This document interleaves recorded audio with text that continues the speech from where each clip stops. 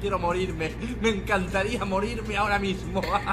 ¿Qué tal amigos de YouTube? ¿Cómo están? Soy yo su amigo Efra. Y bueno, hoy te traigo este video en el cual te voy a mostrar cómo solucionar este problema.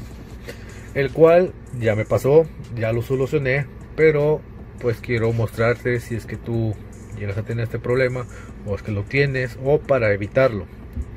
Este problema a mí me sucedió porque actualicé el BIOS. ¿Ahora yo qué hago con esta mierda? Ahí está. Ese es el problema. Puedes ver, aquí está.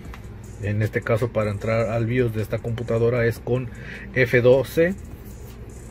Las soluciones que tienes con esta laptop tienen acá abajo un botoncito para reiniciar, el cual lo puedes presionar, se va a apagar la computadora.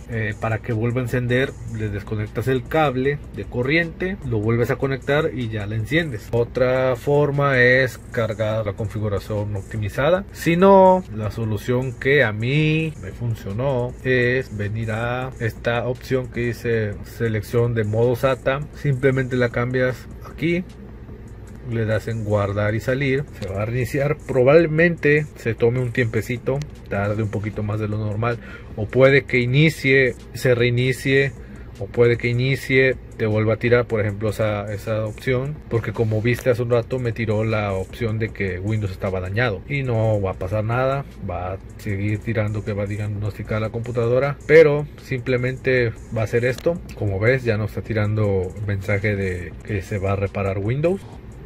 Y como ves, ya arrancó. Así que amigos, como puedes ver, ahí está, ya está solucionado ese problema.